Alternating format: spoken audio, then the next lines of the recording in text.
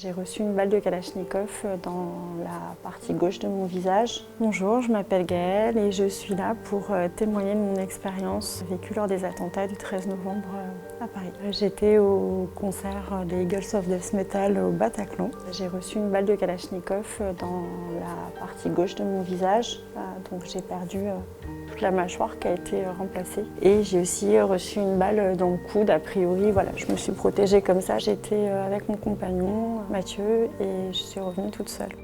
Il y a eu un mouvement de foule. Je me suis retrouvée à terre très vite. Quand j'ai ouvert les yeux, au départ, j'ai pas bougé parce qu'un des terroristes m'enjambait en fait. Juste après, j'ai touché mon visage et je me suis rendu compte que toute cette partie-là n'existait plus. J'ai très vite compris ce qui m'arrivait.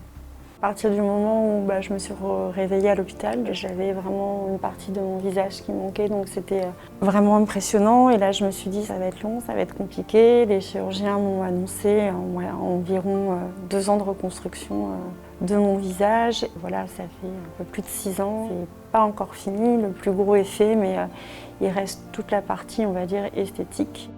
J'ai dû me voir un peu moins d'1 semaine après les événements. J'ai tout simplement pensé que j'étais foutue. Quelque chose m'animait, je me disais ouais, mais t'es en vie. Beaucoup de personnes n'ont pas cette chance. Arriver à faire son deuil, j'y crois pas vraiment. Je pense que c'est quelque chose qui évolue. En fait, c'est plus un apprentissage et un peu du vivre avec. C'est plus quand je rencontre une nouvelle personne que souvent c'est un regard interrogateur ou un questionnement. C'est pas forcément malveillant. Je dis pas que c'est facile tous les jours, loin de là.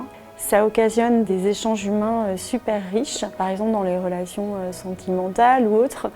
C'est un peu un filtre, on va directement au-delà du simple physique. Je crois qu'il y a un vrai point d'acceptation. Si on le vit mal, même si on fait le plus beau maquillage du monde, on ne sera pas beau. Puis on se détend par rapport à ça, mieux ça passe. Au début, c'est sûr que quand ma cicatrice était beaucoup plus impressionnante, j'ai essayé de la cacher avec du maquillage vert. Et je me suis rendu compte que plus j'essayais de la cacher, plus on la voyait.